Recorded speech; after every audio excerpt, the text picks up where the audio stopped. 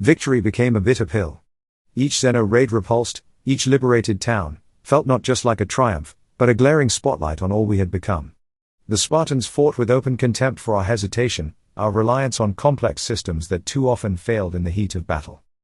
Worse, their victories resonated not just on the battlefield, but in the hearts of our people. Something primal stirred in the broadcasts of their brutal triumphs. It was fear, yes, but also something darker, a bloodlust we'd spent centuries suppressing. The Spartans were winning us the war, but also awakening a darkness within ourselves. My guilt gnawed at me. It wasn't just about their brutality, but their isolation. Despite their success, the Spartans were never truly accepted. They were ghosts from the past, too strange for the sterile world of the future. I found Leonidas, more often than not in the strategy rooms, but on a lonely observation deck staring out into the glittering expanse of the sprawling metropolis. I was, for a time, his only bridge to this new world. A historian turned confidant to a warrior king out of time. His stoic facade hid not confusion, but a deep unease. Your world. He began one evening, the artificial sunset turning his chiseled face the color of old bronze. It is strong, but soft. You have mastered the world around you, but not yourselves. His words echoed an uncomfortable truth. We had conquered disease, tamed the elements, but lost our capacity for the kind of relentless struggle that had birthed Spartan culture. I tried to explain, to speak of progress and values, but the words felt hollow even to myself. Progress towards what? He turned on me, the aged lines on his face etched deeper in the harsh light. Ease? Comfort? These things do not make warriors. Your enemies, the Xenos, they fight not for ideals, but for survival itself. That is a fire that burns hotter than any weapon you can forge. I opened my mouth to argue, but the reports started filtering in. Human forces, emboldened by the Spartan example, were pushing back harder, taking fewer prisoners.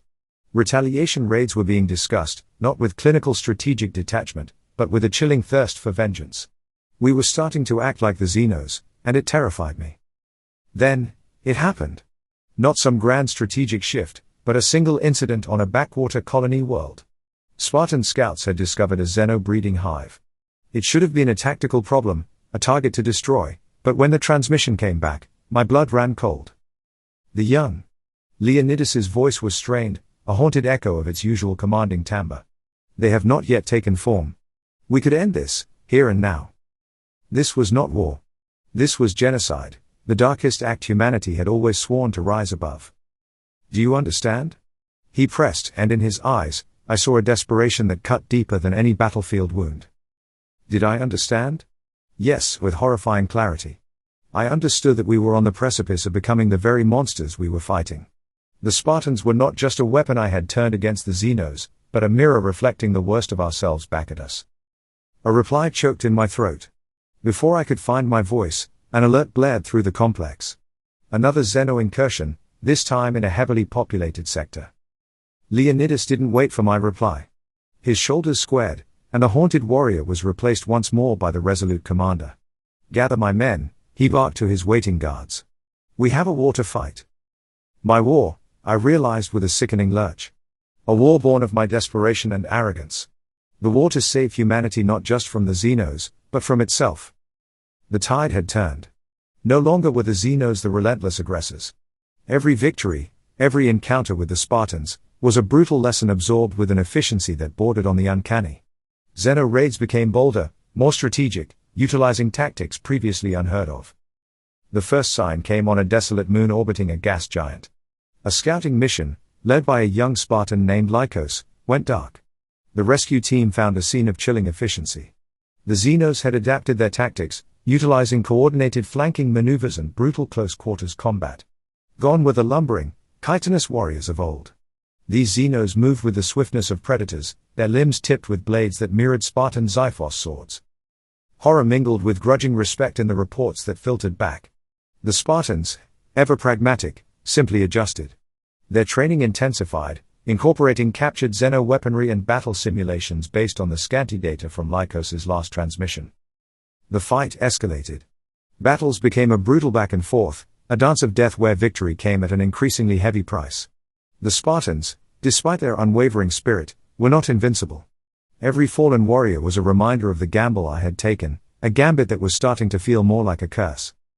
One evening, I found myself on the observation deck again, the cityscape a glittering tapestry in the distance. Leonidas stood beside me, his face etched with the weariness of a man who had seen too much war. "They learn," he said, his voice rough. "Quickly." "Adapting," I corrected, trying to find a sliver of hope in this new development. Perhaps the Xenos could be reasoned with, a truce forged. The very thought felt naive. These were not creatures of reason, but of primal hunger. "Learning," he insisted, eyes fixed on the distant city lights. "They watch us. They see how we fight. They will mimic." A knot of dread formed in my stomach. The Spartans had been the ultimate weapon. Now, with the Xenos mimicking their tactics, the future seemed more uncertain than ever. The reports confirmed his fear. A Xeno raiding party on a remote space station displayed an uncanny understanding of Spartan formations. They countered phalanx tactics with coordinated assaults that exploited weaknesses the Spartans hadn't even considered. Battles became a desperate struggle for survival, the clear advantage the Spartans had possessed slowly eroding. The worst news came from the breeding hive. The Spartans had refused the mission, a line even they wouldn't cross. The council, emboldened by recent victories, ordered a human strike team. The mission was a massacre. The Xenos, anticipating the attack, were waiting. They had learned from the Spartans, not just tactics, but the cold brutality that often accompanied them. The news plunged the human population into despair. The Spartans, their aura of invincibility shattered, looked on with a grim detachment that sent shivers down my spine. We were back to square one, staring down the barrel of extinction with a new, terrifying understanding of our enemy. "They mimic the tactics," Leonidas muttered, his voice laced with a bitter amusement. "But can they mimic the spirit?" I looked at him, a flicker of hope igniting in my chest. The Spartans had been a gamble, a wild card. Now, they were the only warriors we had left, the last bulwark between humanity and oblivion. This war was no longer just about saving humanity from the Xenos, but from becoming monsters ourselves. And somewhere within the steely gaze of the Spartan king, I saw a glimmer of that spirit, the one thing the Xenos could never truly copy, the indomitable human will. The fight had gotten harder, but for the first time since unleashing this chaotic chain of events, I felt a sliver of hope. We weren't done yet. The shift in strategy came from an unexpected source, Lycos. The young Spartan, still bearing the scars of the skirmish that had first heralded this terrifying new threat, sought me out in the dimly lit lab. In the weeks since, he'd become hardened, his youthful features pulled taut with unrelenting focus. There was a darkness in his eyes that both chilled and strangely reassured me. This was a warrior born not just of training, but from the crucible of a desperate war. "The Xenos mimic us," his voice was quiet, devoid of the impetuousness of youth. "We must do what they cannot. We must become something new." I understood immediately. It was a desperate gambit, a forced evolution not of the Xenos, but of the Spartans themselves. The idea was a heresy. The Spartans were warriors honed to perfection over centuries. Why taint that purity with the fragile tools of the future? Yet, war had changed. The Xenos had adapted, were mirroring with shocking speed the very tactics that gave the Spartans their advantage. In holding fast to tradition lay not salvation, but extinction. The armory became their training ground for this new kind of war.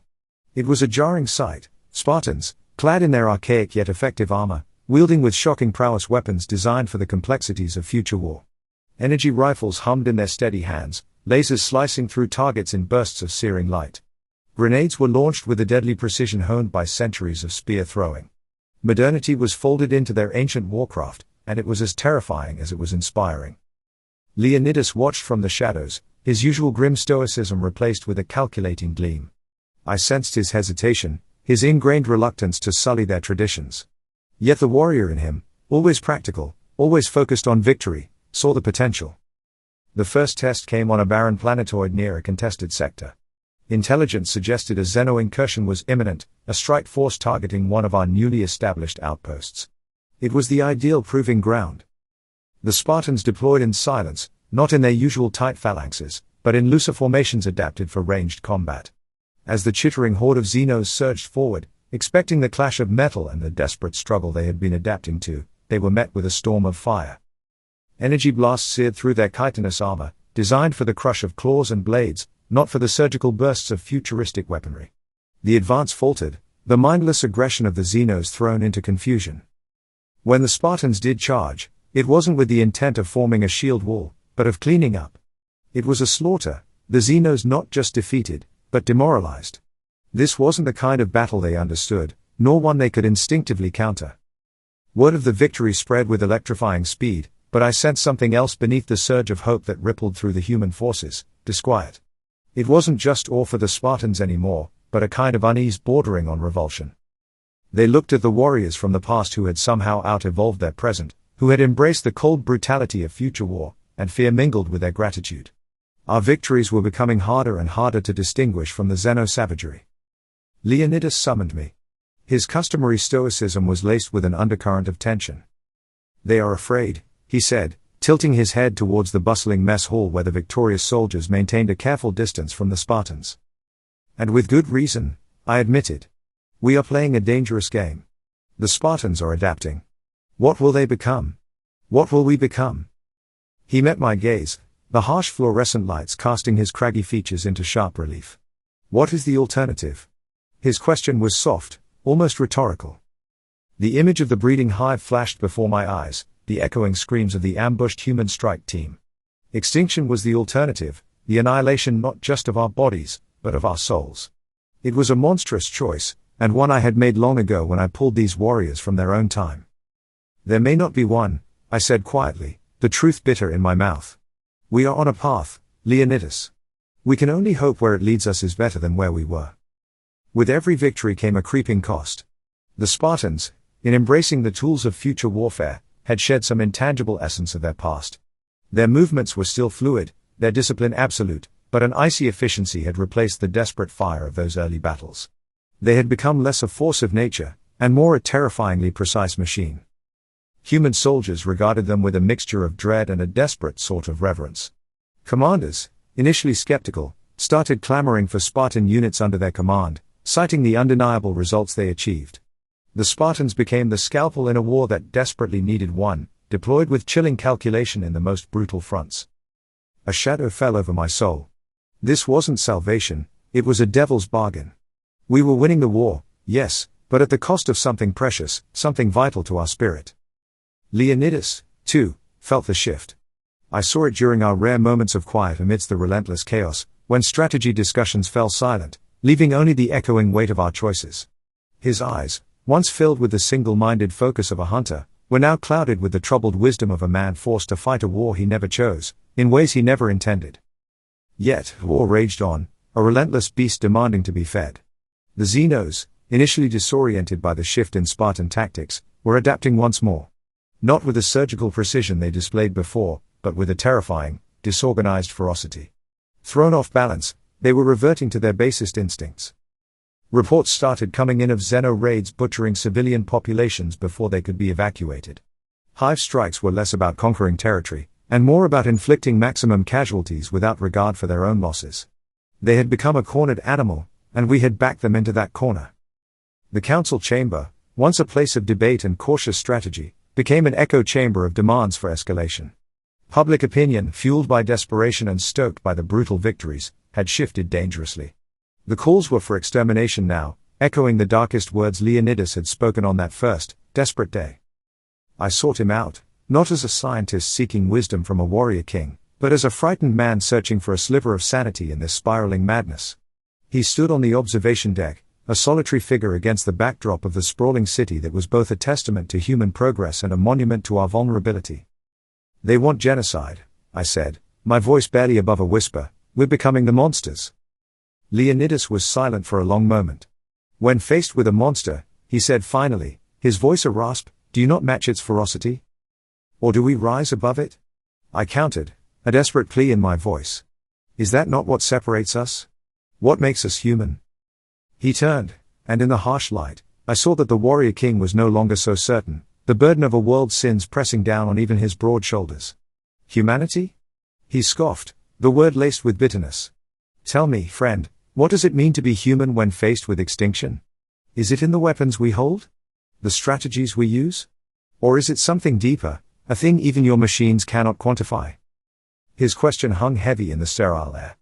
I, the man of history, of knowledge, of understanding the patterns of the past, had no answer for him. The future we were creating was one I no longer recognized, a dark reflection of the desperate gamble I had initiated. "I brought you here to save us, Leonidas," I finally choked out, the guilt a leaden weight in my chest. And in doing so, I fear I may have doomed us all. To my surprise, a grim smile touched his battle-worn face. He placed a hand on my shoulder, a gesture that felt both heavy and strangely comforting. "It is not your burden alone, friend," he said. "This war changes us all. The question is, what are we willing to sacrifice to win it?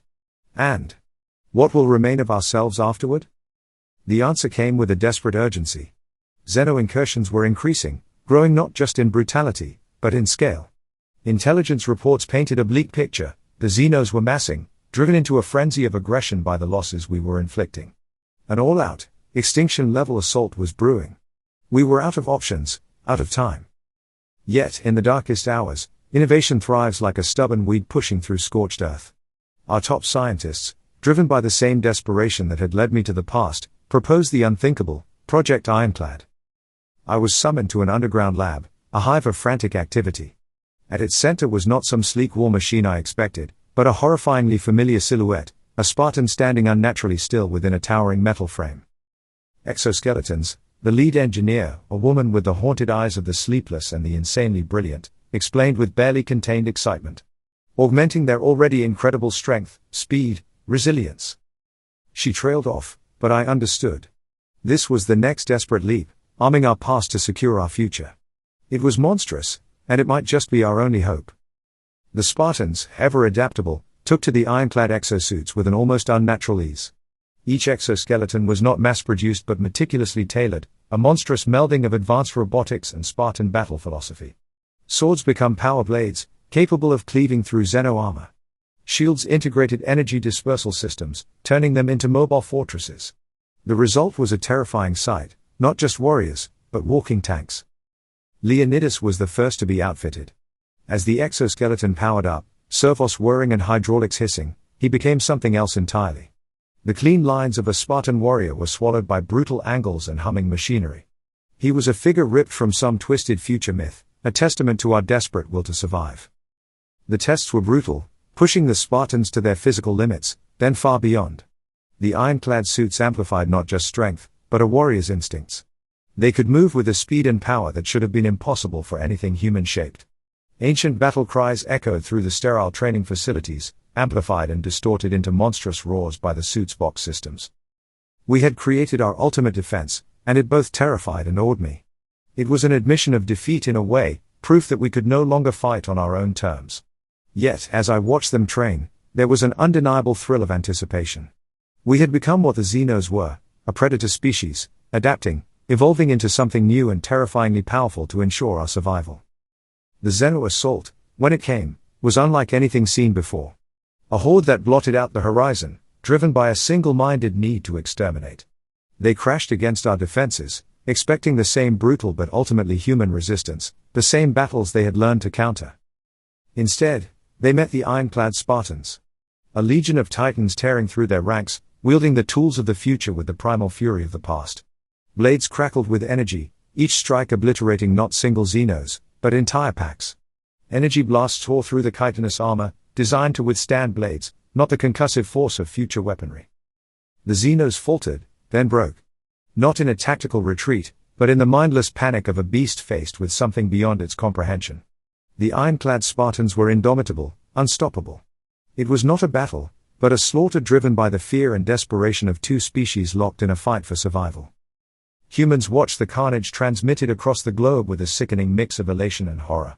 These were our saviors, a testament to the past that had become a monstrous echo of our future, and the line between triumph and damnation began to blur entirely.